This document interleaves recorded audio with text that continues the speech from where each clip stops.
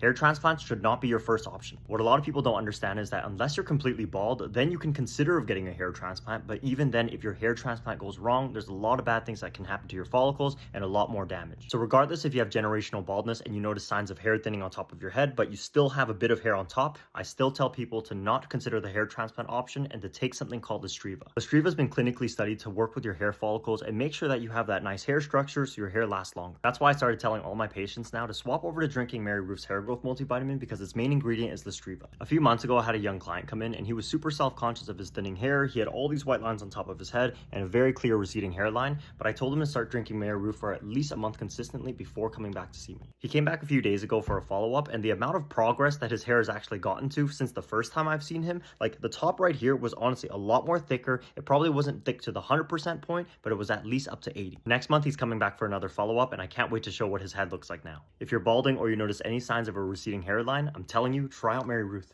I'll leave a link so you can get one too.